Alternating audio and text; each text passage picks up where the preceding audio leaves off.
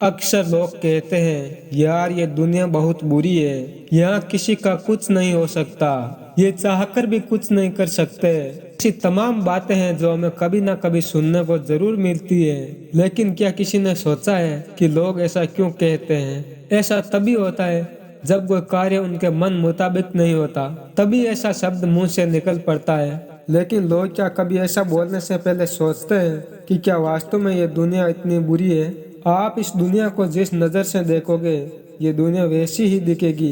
अगर आप अच्छा देखते हैं और अच्छा सोचते हैं तो ये दुनिया तो आपको ये उतनी ही अच्छी लगती है।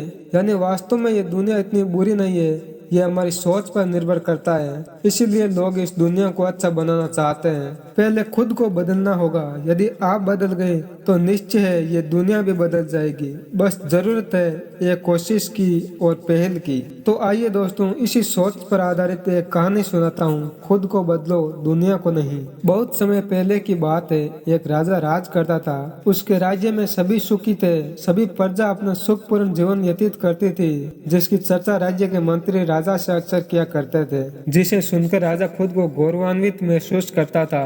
लेकिन एक दिन राजा के मन में ख्याल आया कि क्यों न मैं अपने प्रजा की सुखपूर्ण जीवन यापन का खुद से निरीक्षण करूं।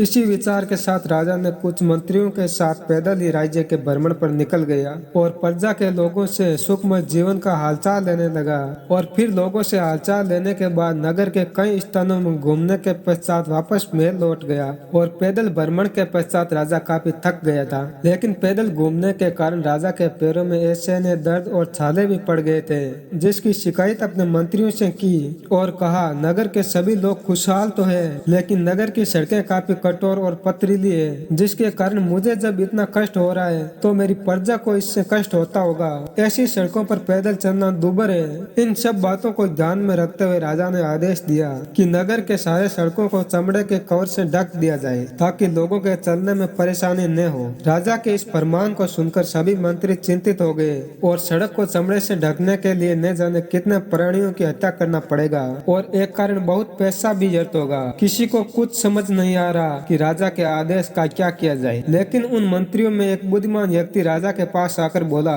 हे राजन, यदि राज्य के पूरे नगरों को चमड़े से ढकने के बजाय यदि हम अपने पैरों में जूता पहनकर चले तो कोई भी कंकड़ हमारे पैरों में चुभ नहीं सकता। और यदि ऐसा ही चाहते हैं तो पूरे प्रजा को चमड़े की एक एक जोड़ी जूते बांट दिए जाए। उस बुद्धिमान व्यक्ति के सुझाव से राजा आश्चर्यचकित हुआ और राजा को समझ में आ गया था गलती उसी की है। यदि वे अपने पैरों में जूते पहनकर चलता तो उसके पैरों में कंकड़ नहीं चुभते।